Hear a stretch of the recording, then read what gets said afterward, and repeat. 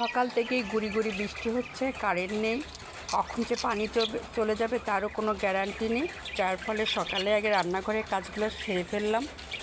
আমার বাচ্চাগুলোর যেগুলো আমি রাত্রিবেলা ওদের বিছাই টিছাই দিই বিছানা, সেগুলো আমি ধুয়ে ফেললাম আর রান্না সেরে ফেললাম। যেহেতু কারেন্ট চলে গেলে তো রান্নাও সমস্যা, অন্ধকার, তারপরে পানি চলে গেলে তো আরও সমস্যায় পড়ব। এই জন্যই আমি কী করলাম, আগে রান্নাঘরের কাজ আর পানির কাজ শেষ করে ফেলেছি। খেলে আমার চা খেতে খেতে অনেক লেট হয়ে গেল। এখন বাজে 12টা। এই 12টার সময় দেখুন আমি চাটা নিয়ে আমি চাটা নিয়ে বেলকনিতে আসলাম।